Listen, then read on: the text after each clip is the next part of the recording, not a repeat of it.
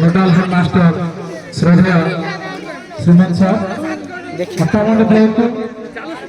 विज्ञान मेला के आरंभ कर शिशु कश्यप जो कोऑर्डिनेटर करती दक्ष मलय सर एवं सुप्रिय सर को अनुरोध करा से स्टेज पर आसतु मो आगे उपवेशन कर मोर प्रिय शिक्षक शिक्षयित्री कुनाकुनी वैज्ञानिक माने एवं गाइड टीचर प्रधान शिक्षक शिक्षयित्री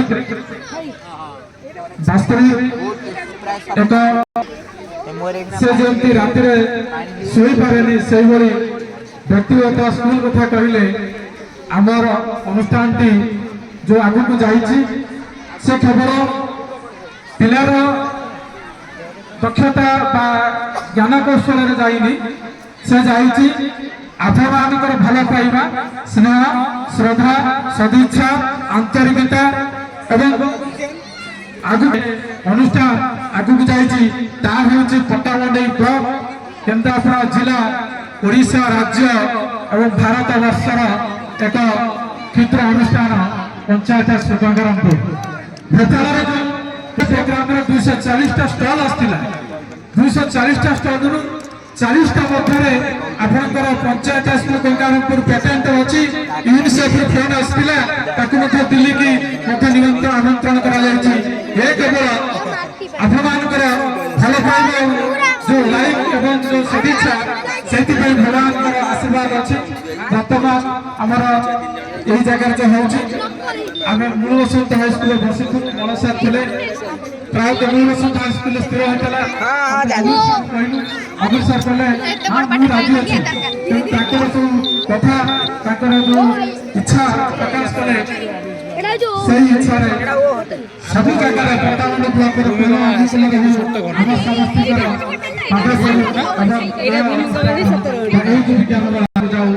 भगवान के प्रार्थना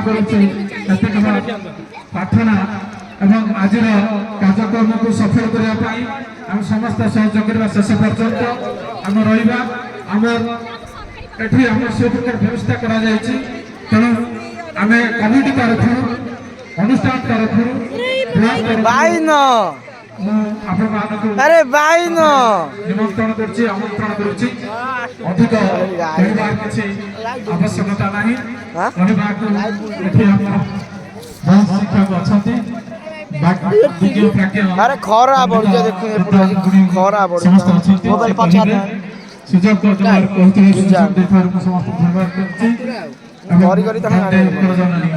सुजोग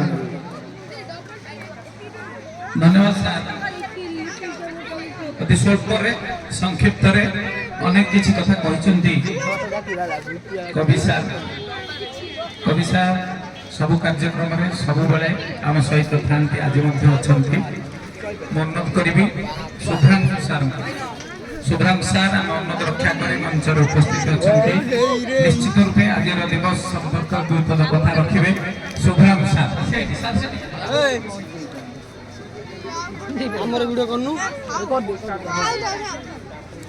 जीवन विश्व देख मधुमय मधुर देखा मरण भय मरण भय आज मंचासी समस्त अतिथि सभा अध्यक्ष सभा परिचालना संघर आम समस्त नेता मलय सार माटीर संपत्ति पट्टामुंडई माटीर संपत्ति पप्पू सार सुरेश सार एवं आमर बसी सनातन सार चंद्रभान सार ये माटी गाँव को नहीं गर्व कर प्रिय बीआरसीसी तुलसी क्षेत्र तुलसी गछ कहले अत्युक्ति हेनी सरस्वती नदी कूल आज जो विज्ञान मेला हो सरस्वती पड़िया गोटे महासामान्य आज बहुत गर्वर कथा ଆପଣମାନେ ଜାଣିଛନ୍ତି ଏଇ ମାଟିର ମଣିଷ ମାନେ ଏଇ ଧୋଇଆ ପଞ୍ଚାୟତର ମଣିଷ ମାନେ ଆଜି ଆମ ଓଡ଼ିଶାକୁ ସମୃଦ୍ଧ କରୁଛନ୍ତି। କୁହନ୍ତୁ ହରିନାଥ କୁହନ୍ତୁ ବା ପାଲା କ୍ଷେତ୍ରରେ ଏବଂ ଆଜି ସୋଳା ୟୁନିଭର୍ସିଟି ଆରମ୍ଭ କରି ବିଭିନ୍ନ ସମ୍ବାଦ କ୍ଷେତ୍ରରେ ଏବଂ ବହୁ କ୍ଷେତ୍ରରେ ଭୂୟା ପଟ୍ଟାମୁଣ୍ଡେଇକୁ ଉଜ୍ଜଳ କରିଛି ଏବଂ ପଟ୍ଟାମୁଣ୍ଡେଇକୁ ଆହୁରି ଆଗକୁ ନେଇଛି। ଆମର ସୌଭାଗ୍ୟ ଗତ ବର୍ଷ ଆମ ବ୍ଲକ ପାଇଁ ନିଶ୍ଚିନ୍ତ ଭାବରେ ଗୋଟେ ଗୌରବ କଥା ଥିଲା, ସମସ୍ତଙ୍କ ପାଇଁ ଗର୍ବ କରିବାର କଥା ଥିଲା ଯେ ସୁଲଭରେ ଆମେ ରାଜ୍ୟସ୍ତରକୁ ମଧ୍ୟ ଯାଇଥାଉ। ବିଜ୍ଞାନ ମେଳାରେ ମଧ୍ୟ ଦେଶ ସ୍ତରକୁ ଦେଶ ବାହାରକୁ ଉଦ୍ୟମ ହେଉଛି ପିଲାମାନଙ୍କର ଯୋଉ ରହିଛି ଯୋଉ ଇନୋଭେଟିଭ ଆଇଡିଆ ରହିଛି ଯାହା ଦେଶ ସ୍ତରକୁ ଯାଇଛି ଏ ଗୋଟେ କମ କଥା ନୁହଁ। ପଟ୍ଟାମୁଣ୍ଡେଇ ବ୍ଲକର କୋଉ ସ୍କୁଲ ଗଲା ବଡ଼ କଥା ନୁହଁ। ପଟ୍ଟାମୁଣ୍ଡେଇ ବ୍ଲକ ଗୋଟେ ଯାଇଛି ସ୍କୁଲ, ସେ ପିଲାଟି ଯାଇଛି, ସେଟା ଆମର ଗର୍ବ ଆଉ ଗୌରବର କଥା। ଆମେ ସମସ୍ତେ ଗର୍ବ କରିବା କଥା। କବି ସାର୍ ତ ଗର୍ବ କରିବା সেটা আপনি কিছু না খালি ভিনেগার বেকিং পাউডার নেইছে ଆମର ଯୋଉ ସାଇନ୍ସ ସେକ୍ରେଟାରୀ ଅଛନ୍ତି ପ୍ରଭାସ ସାର୍ ଗର୍ବ କରିବା ସ୍ୱାଭାବିକ, କାରଣ ତାଙ୍କ ବ୍ଲକରେ ଯାଇଛି ବା ପିଓ ଗର୍ବ କରିବା ସ୍ୱାଭାବିକ। ଆମେ ସମସ୍ତେ ଟିଚର ଭାବେ ଗର୍ବିତ। ତେଣୁ ଆପଣମାନେ ପ୍ରୋଜେକ୍ଟ ତିଆରି କରି ଆଣିଛନ୍ତି, ନିଶ୍ଚିତ ଭାବରେ ବିଜ୍ଞାନ ଶିକ୍ଷକ ଶିକ୍ଷୟିତ୍ରୀ ମାନଙ୍କର ଅବଦାନ ତା ପଛରେ ବହୁତ, ତା ଭୁଲି ହେବନି, ତାଙ୍କର ମୂଲ୍ୟ ବି କେହି ଦେଇପାରିବେନି। ବିଜ୍ଞାନ ଶିକ୍ଷକ ଶିକ୍ଷୟିତ୍ରୀଙ୍କର ମୂଲ୍ୟ କେହି ଦେଇପାରିବେନି, କାରଣ ଯୋଉ ରାତ୍ୟନ୍ତରା ହେଇ ନିଜର ବ୍ୟକ୍ତିଗତ ସମୟକୁ କାଟି ପିଲାମାନଙ୍କୁ ଗୌରବ ନିଶ୍ଚିତ ଆମେ ତାଙ୍କୁ ସାଧୁବାଦ ଦେବ, ଧନ୍ୟବାଦ ଦେବ। ପିଲାମାନେ ସେଇ ଉଦ୍ଦେଶ୍ୟ ଟିକେ ତାଇ ରହିଥାଏ ସାର୍ ମାନଙ୍କ ଉଦ୍ଦେଶ୍ୟରେ ଦିଅନ୍ତୁ। ପିଲାମାନେ ତ ଭଲ ପିଲା ନୁହଁ କି? ଭଲ ପିଲା ନା ଖରାପ ପିଲା? ଆଉ ଭଲ ପିଲା କଣ ଏମିତି ନିରବ ହେଇ ବସନ୍ତି? ଆମ ବ୍ଲକର ଯୋଉ ପିଲାଟି ଆଜି ଯାଇଛି ଜିଲ୍ଲା ସ୍ତରରୁ ରାଜ୍ୟ ସ୍ତରରୁ ବ୍ଲକରୁ ଜିଲ୍ଲା ଜିଲ୍ଲା ନ୍ୟାସନାଲ ଯାଇଛି ତାର ଥ୍ୟାଙ୍କ ୟୁ। ତେଣୁ ପିଲାମାନେ ସେଇଭଳି ତମେ ବି ଦିନେ ଆଗକୁ ଯାଇପାରିବ, କାରଣ ଫୁଟିଲା ଫୁଲ ବି ଫୁଟେ ଆଉ ଥରେ ଫୁଟେ ସେ ଫୁଲ କାଢି ଯୋଉ ଫୁଲଟି ଫୁଟି ଯାଇଛି ତା ଭିତରେ ସମ୍ଭାବନା କିଛି ନାହିଁ। ତମରି ଭିତରେ ସମ୍ଭାବନା ଅଛି। କିଏ କହିପାରିବ ତମ ଭିତରେ କାଲି କିଏ ପ୍ରଧାନମନ୍ତ୍ରୀ ନ ହେବ? କିଏ ଚିନ୍ତା କରିଥିଲା ଓଡ଼ିଶାର ଜଣେ ମହିଷୀ ମହିଳା ସାଧାରଣ ଘରର ପିଲା ଯିଏ ଆଜି ରାଷ୍ଟ୍ରପତି ହେବ? ସେଦିନ ପେପର ବିକୁଥିବା ଜଣେ ପିଲା ଯେ ବୈଜ୍ଞାନିକ ହେବ ବା ରାଷ୍ଟ୍ରପତି ହେବ, ଆମେ କଣ ଚିନ୍ତା କରିଥିଲେ? ତାଙ୍କ କାହାଣୀ କହିଲେ ତ ପଖାଣିଲେ ବହୁତ କଥା। ଆମ ଭିତରେ ସାଇଣ୍ଟିଫିକ ଟେମ୍ପରାମେଣ୍ଟ ଆସିବା ଦରକାର, ଆମ ଭିତରେ ସାଇଣ୍ଟିଫିକ ଆଉଟଲୁକ୍ ଆସିବା ଦରକାର। ଆମେ ସବୁ ଜିନିଷ ସାଇଣ୍ଟିଫିକ ବିଜ୍ଞାନର 10ଟି ପଥର ଭିତରେ ପରଖିବା ଦରକାର, କୋଉଟା ଠିକ କୋଉଟା ଭୁଲ। ତେଣୁ ତାହା ଯଦି ନ କରିପାରିବା ବିଜ୍ଞାନ କହିଲେ କିଏ ନା ରାମଦେବ କହିଲେ ଯେ ଯୋଗ ଇଜ ସାଇନ୍ସ, 176ଟା ପଣ୍ଡିତ ଗ୍ରହଣ କରିଦେଲା। ପ୍ରକୃତରେ ଯୋଗ ସାଇନ୍ସ, କାରଣ ମଠ ମନ୍ଦିର ଭିତରେ ଏମିତି କଥା ଅଛି ଯାହାକୁ ଆମେ ବାହାରକୁ ଆଣିଲେ ସଂକୀର୍ଣ୍ଣତା ଦୃଷ୍ଟିରୁ ବାହାରକୁ ଆଣିଲେ ବିଶ୍ୱବିଖ୍ୟାତ ହେଇଯାଉଛି। ଏ ହେଉଛି ଆମର ଅସ୍ମିତା, ଏ ହେଉଛି ଆମର ସଂସ୍କୃତି।